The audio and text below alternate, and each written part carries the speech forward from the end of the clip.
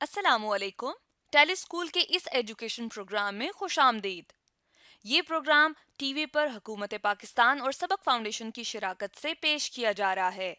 इसके लेसन्स पाकिस्तान के तमाम तालीमी बोर्ड बशमूल कैम्ब्रिज के सिलेबस के मुताबिक तैयार किए गए हैं, जिसमें एजुकेशन कंटेंट सबक फाउंडेशन प्रोवाइड कर रही है। सबक फाउंडेशन की वेबसाइट सबक.pk पर केजी से 12वीं जमात तक वीडियोस और प्रैक्टिस टेस्ट बिल्कुल मुफ्त दस्तयाब हैं। फिज़िक्स लेसन में आज हम डॉपलर्स इफ़ेक्ट के टॉपिक को डिस्कस करेंगे, जो कि फेडरल बोर्ड, पंजाब, बलूचिस्तान और केपीके की class 11th chapter number 8 waves में मौजूद है, और यही टॉपिक सिंध और कैम्ब्रिज की क्लास 11th में भी मौजूद है। इन वीडियोस को सुनने के बाद, देखने के बाद आपको डॉपलर्स इफ़ेक्ट का कंसेप्ट और उसकी एप्लीकेशन अच्छे तरीके से समझ आ जानी चाहिए। आज के फिज़िक्स के लेसन और इससे मुंसलिक वीडियोस को घर बैठे देखने के लिए आप सबक.pk की वेबसाइट पर जा सकते हैं। यहाँ पर तमाम बोर्ड्स की 9वीं से 12वीं जमात तक फ़िज़िक्स के सारे टॉपिक्स पर वीडियोस और प्रैक्टिस टेस्ट बिल्कुल मुफ्त मौजूद हैं। इनके ज़रिए आप अपने कंसेप्ट को पुख्ता करके इम्तिहानात में शानदार नंबर हासिल कर सकते हैं। Welcome students. एक बड़ा इंटरेस्टिंग फिनोमेना डॉपलर इफेक्ट हम स्टडी करेंगे वेव्स के लिए। और डॉपलर इफेक्ट को अगर हम डिफाइन करना चाहें कि डॉपलर इफेक्ट जो है वो क्या कहता है हमें, तो एक्चुअली इसकी डेफिनेशन कुछ इस तरह से है कि द अपेरेंट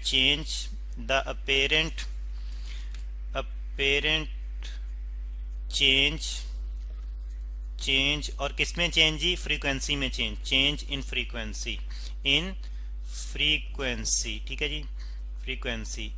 और फ्रीक्वेंसी वेव्स की, no doubt, frequency of wave, ठीक है, frequency of a wave due to किस वजह से ये चेंज आ रहा है, रिलेटिव मोशन। और मोशन किसकी होगी, किन किन की रिलेटिव मोशन होगी, यानी कि दो में रिलेशन है, तो relative motion of source of wave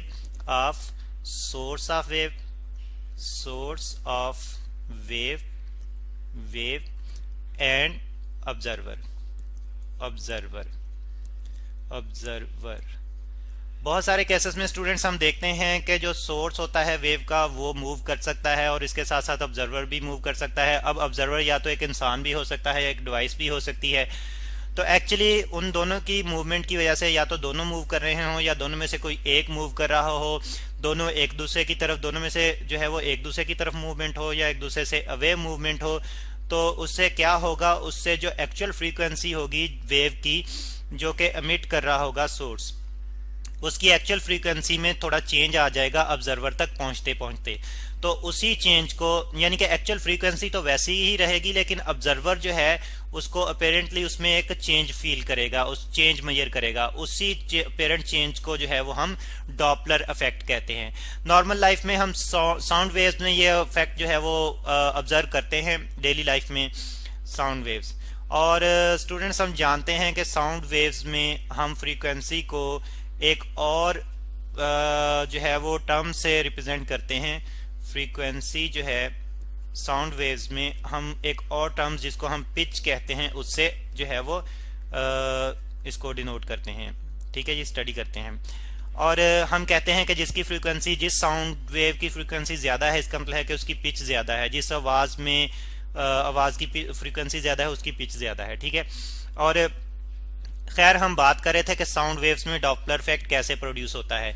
तो इसके लिए हम मतलब एक डेली लाइफ एग्जांपल में पे गौर करते हैं। वो क्या है जी कि अगर एक गाड़ी जो है वो मूव कर रही है, यानी कि बड़ी स्पीड से जो है वो आ रही है और आपकी तरफ आ रही है, ठीक है, ये गाड़ी जो है ये मूव करती ही आपकी तरफ आ रही है, ठीक है। और आप यहाँ पे खड़े हैं, तो अब गाड़ी के आगे खड़े हैं तो गाड़ी जो है वो हॉर्न देगी और आपको जो है वो साउंड सुनाई देगी।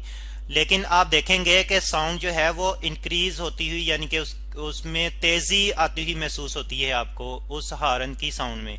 तो एक्चुअली ये डॉपलर इफेक्ट ही है, जो पिच यानी कि जो फ्रीक्वेंसी है वो इंक्रीज होती हुई महसूस होती है आपको। तो इसलिए आपको आवाज़ जो है, हॉर्न की आवाज़ जो है वो तेज़ होती हुई महसूस होती है। कुछ इसी तरह का फिनोमेना अगर आप प्लेटफॉर्म पे जाएं रेलवे स्टेशन पे, तो वहाँ पे भी आप देखें, अगर दूर से एक ट्रेन आ रही हो और वो विसल देती है जब प्लेटफॉर्म के करीब पहुंचती है, तो वो आपकी तरफ अगर आ रही है तो आपको उसकी जो है वो विसल की आवाज़ जो है वो तेज़ होती हुई महसूस होगी। तो एक्चुअली ये ही डॉपलर इफेक्ट है। और डॉपलर इफेक्ट को सबसे पहले जॉन डॉपलर ने जो था वो स्टडी किया था। यहाँ पे हम लिख लेते हैं कि जॉन डॉपलर ने सबसे पहले डॉपलर इफेक्ट को स्टडी किया था। एक साइंटिस्ट थे, ऑस्ट्रियन साइंटिस्ट थे, जॉन डॉपलर। और इन्होंने 1842 में डॉपलर इफेक्ट स्टडी किया था। और एक्चुअली इन्होंने स्टार्स के लिए ये इफेक्ट जो है वो स्टडी किया था। स्टार्स के लिए कैसे? उनकी लाइट ऑब्जर्व कर रहे थे, ये स्टार लाइट ऑब्जर्व कर रहे थे, स्टार लाइट। और इनकी उसकी जब फ्रीक्वेंसी इन्होंने मेजर की, स्टार लाइट की फ्रीक्वेंसी जब मेजर की, और फिर इन्होंने ये किया कि एक उसी तरह का लाइट सोर्स जो है वो इन्होंने लेबॉर्ट्री में लिया। तो same light source, same light यानी कि उसी तरह की लाइट एमिट करने वाला सोर्स इन्होंने लेबॉर्ट्री में लिया, सेम लाइट इन लैब। ठीक है जी। तो लेबॉर्ट्री में लिया और इन्होंने देखा कि होना तो ये चाहिए था कि फ्रीक्वेंसी दोनों की एक जैसी ही आती, लेकिन एक्चुअली हुआ ये कि दोनों की फ्रीक्वेंसी में थोड़ा सा डिफरेंस आ रहा था। ठीक है जी, थोड़ा सा डिफरेंस आ रहा था, डिफरेंस इन फ्रीक्वेंसी, डिफरेंस। और इन्होंने देखा कि जो स्टार की फ्रीक्वेंसी थी वो मतलब जो थी वो थोड़ी सी मुख्तलिफ थी frequency of source in lab. ठीक है, डिफरेंस इन फ्रीक्वेंसी। अब इन्होंने गौर किया तो पता चला कि फ्रीक्वेंसी में वो जो डिफरेंस है, फ्रीक्वेंसी में जो डिफरेंस आ रहा है वो एक्चुअली स्टार की मोशन की वजह से आ रहा है। यानी कि ये डिफरेंस जो है ये स्टार्स मोशन और क्योंकि अर्थ भी मूव कर रही है तो इसलिए रिलेटिव मोशन को उन्होंने फिर चेक किया, stars motion relative to earth, relative to earth. ठीक है जी, टू अर्थ। तो इस वजह से जो था वो ये फ्रीक्वेंसी में चेंज आ रहा था। तो ये तो लाइट तो जो है वो इलेक्ट्रोमैग्नेटिक वेव है जिसको किसी मीडियम की जरूरत नहीं होती ट्रेवल करने के लिए। लेकिन मैकेनिकल वेव्स जिनमें साउंड वेव है तो उसके लिए भी जब यही इफेक्ट ऑब्जर्व किया गया लेबॉर्ट्री में, मतलब एक्सपेरिमेंटली ऑब्जर्व किया गया, तो पता चला कि वाकई साउंड जो कि मैकेनिकल वेव है उसमें भी डॉपलर इफेक्ट जो है वो आता है, महसूस होता है। और फिर जो था जॉन डॉपलर के नाम पर ही इस इफेक्ट को यानी कि apparent change in frequency due to relative motion of source and observer को डॉपलर इफेक्ट का नाम दिया गया। ठीक है, अब हम जो है वो अगर ऑब्जर्व करना चाहें डॉपलर इफेक्ट को तो तीन तरह की पॉसिबिलिटीज बनती हैं। और तीन तरह की पॉसिबिलिटीज क्यों बनती हैं? क्योंकि रिलेटिव मोशन की यहाँ पे बात आती है। और रिलेटिव मोशन जो है वो सोर्स की भी ऑब्जर्वर की भी दोनों की कंबाइन भी हो सकती है। थ्री पॉसिबिलिटीज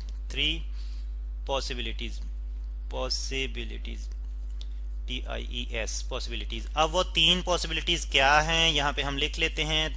उनमें फर्स्ट पॉसिबिलिटी जो है वो ये है कि जो सोर्स है वो रेस्ट में हो, सोर्स एट रेस्ट और ऑब्जर्वर मूव कर रहा हो, ऑब्जर्वर इज मूविंग। ठीक है जी, is moving.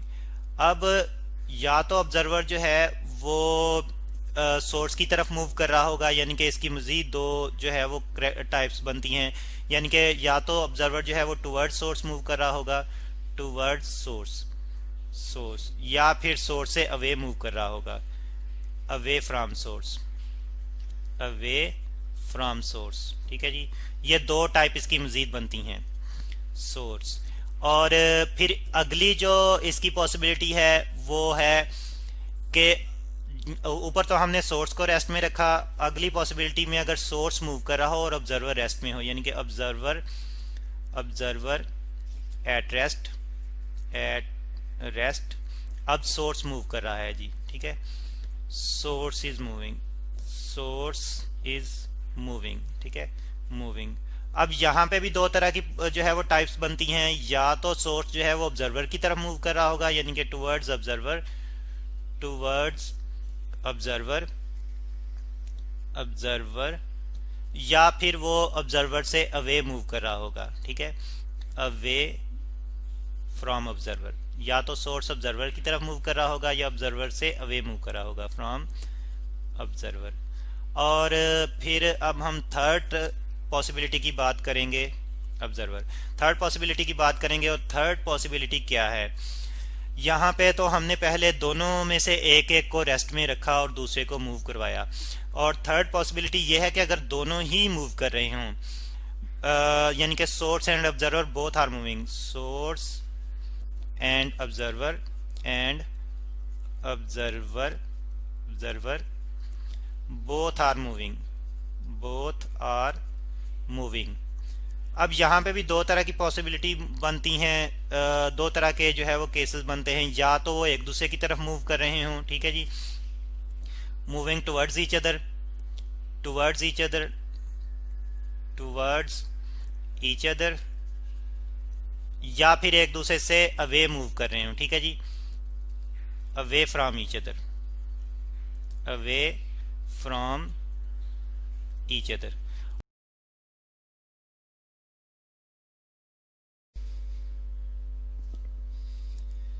Applications of Doppler effect. Students Doppler effect की एप्लीकेशंस देखेंगे और डॉपलर इफेक्ट को हमने डिटेल में स्टडी किया, कुछ इक्वेशंस जो थी वो हमें मिली और उसमें हमने एक्चुअली देखा कि डिफरेंट जो है वो रिलेटिव मोशंस की वजह से, यानी कि सोर्स या ऑब्जर्वर की रिलेटिव मोशंस की वजह से या दोनों की रिलेटिव मोशंस की वजह से जो है फ्रीक्वेंसी में चेंज आता है और डिफरेंट फॉर्म में हमें अपेरेंट फ्रीक्वेंसी मिलती है।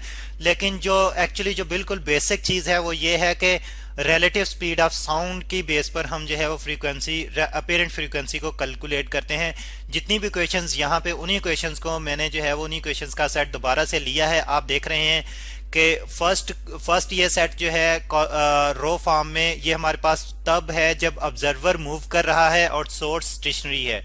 तो इसमें आप देख रहे हैं कि ऑब्जर्वर जिसकी वेलोसिटी को, जिसकी स्पीड को हमने UO से रिप्रेजेंट किया हुआ है, और साउंड की, क्योंकि हमने साउंड के लिए डॉपलर इफेक्ट स्टडी किया था, तो साउंड की स्पीड को हमने V से रिप्रेजेंट किया हुआ है। तो यहाँ पे V plus UO divided by V जो है, this is relative motion of sound to the relative to the observer, यानी कि motion of speed of sound relative to the observer. और इसी की बेस पर फिर एक्चुअल फ्रीक्वेंसी हम साथ में मल्टीप्लाई करते हैं, तो हमें अपेरेंट फ्रीक्वेंसी जो ऑब्जर्वर को मिलती है वो हमें मिलती है, ठीक है जी। और यहाँ पे ये फर्स्ट कॉलम जो है ये उन मूवमेंट्स को रिप्रेजेंट कर रहा है, उन इक्वेशंस को रिप्रेजेंट कर रहा है जब ऑब्जर्वर या सोर्स या दोनों ही एक दूसरे की तरफ, यानी कि टुवर्ड्स ईच अदर या टुवर्ड्स मूव कर रहे हैं। और सेकंड में आप देखें कि सेकंड में ये वाला कॉलम जो है ये रिप्रेजेंट करता है उन मोशंस को जब ऑब्जर्वर या सोर्स या दोनों ही जो है वो एक दूसरे से अवे मूव कर रहे हैं, ठीक है जी। और इसमें आप यहाँ पे चलें, हम यहाँ पे सोर्स की भी बात कर लेते हैं। आप देख रहे हैं कि यहाँ पे जो है वो यही जो है वो इसी तरह की सोर्स के लिए भी जो है वो क्वेश्चन बनती है, लेकिन थोड़ा सा डिफरेंस है। और इसमें भी जो है वो रिलेटिव स्पीड की बात आ रही है। V जो है स्पीड ऑफ साउंड है और यहाँ पे US जो है ये स्पीड ऑफ सोर्स है। और हम देख रहे हैं कि ये इक्वेशन जो है ये भी speed of sound relative to जो है वो अब सोर्स जो है वो हमें डिफाइन करती है, speed of sound relative to source, ये वाली टर्म जो पैरेंथेसिस में है, ठीक है जी। और यहाँ पे स्टूडेंट्स जब दोनों ही मूव करते हैं तो यहाँ पे जो न्यूमरेटर है ये relative speed of sound relative to observer, और सेकंड डिनोमिनेटर में जो है ये speed of sound relative to source जो है वो हमें रिप्रेजेंट करती है। तो इस तरह से हम देखते हैं कि स्पीड जो है, रिलेटिव स्पीड जो है वो बेसिकली जो है यहाँ पे उसका अफेक्ट हो रहा है एक्चुअल फ्रीक्वेंसी पे, और ऑब्जर्वर को जो फ्रीक्वेंसी मिलती है अपेरेंट फ्रीक्वेंसी वो डिफरेंट होती है ड्यू टू रिलेटिव स्पीड्स।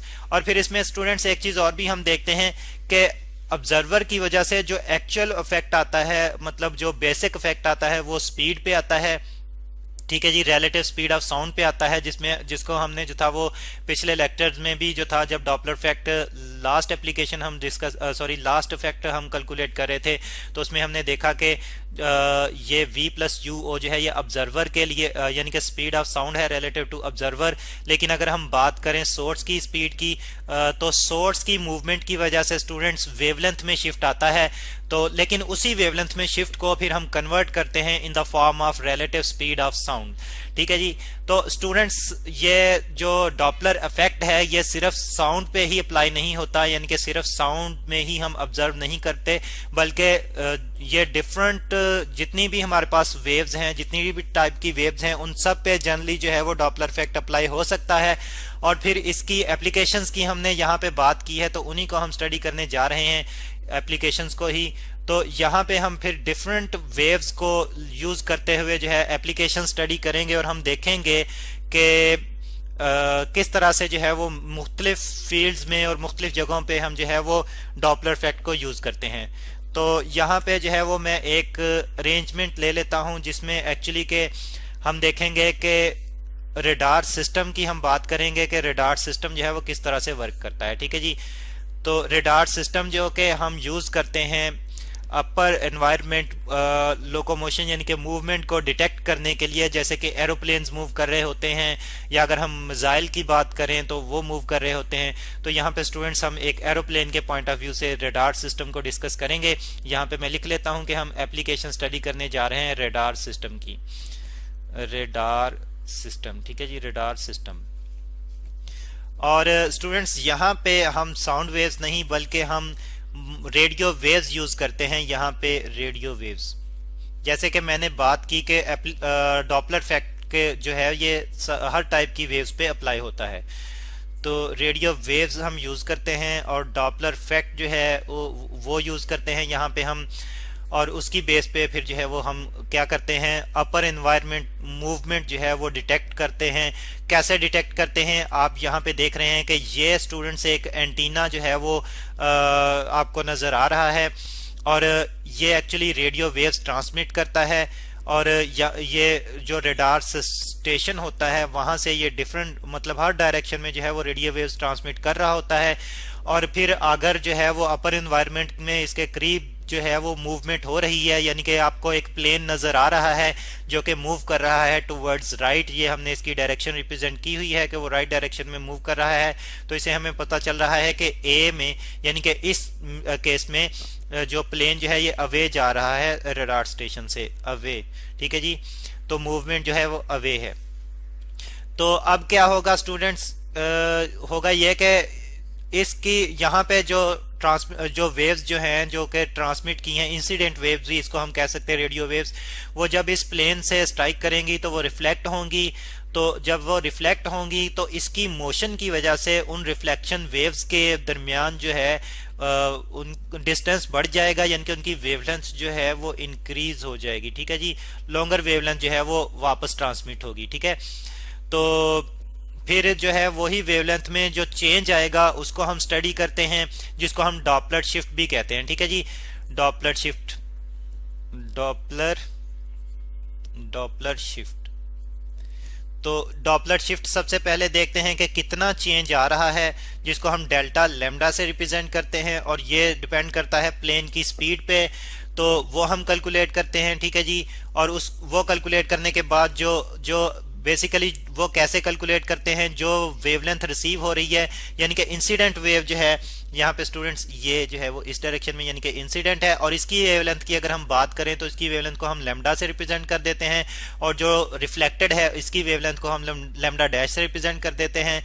तो रिफ्लेक्टेड वेव जो है इसकी वेवलेंथ जो कि इंक्रीज हो रही है, इससे यानी कि जो है हम शिफ्ट कैलकुलेट कर सकते हैं कैसे ये इंक्रीज हो रही है। तो इसमें से एक्चुअल वेवलेंथ जो कि इंसिडेंट है उसको माइनस कर दें तो हमारे पास आ जाता है, वही शिफ्ट आ जाता है डेल्टा लैम्डा जिसकी हम बात कर रहे थे। ठीक है जी। तो इस शिफ्ट को जब हम कैलकुलेट करें तो स्टूडेंट जैसे कि हमने देखा था कि ये शिफ्ट जो है ये स्पीड पे डिपेंड कर रहा होता है, जैसे कि सोर्स की स्पीड के मुताबिक हमने बात की थी कि ये डिपेंड करेगा, अगर हम इस प्लेन की स्पीड को US से रिप्रेजेंट करें और फ्रीक्वेंसी को F से रिप्रेजेंट करें, तो यही डेल्टा लैम्डा जो कि शिफ्ट आ रहा है इसको हम कैलकुलेट यानी कि इसको हमने कैलकुलेट किया with the help of change in wavelength, और फिर इससे स्टूडेंट्स ये जो स्पीड है, जो कि प्लेन की स्पीड एक्चुअली हम रिप्रेजेंट कर रहे हैं यूएसए, ये हम कैलकुलेट कर सकते हैं।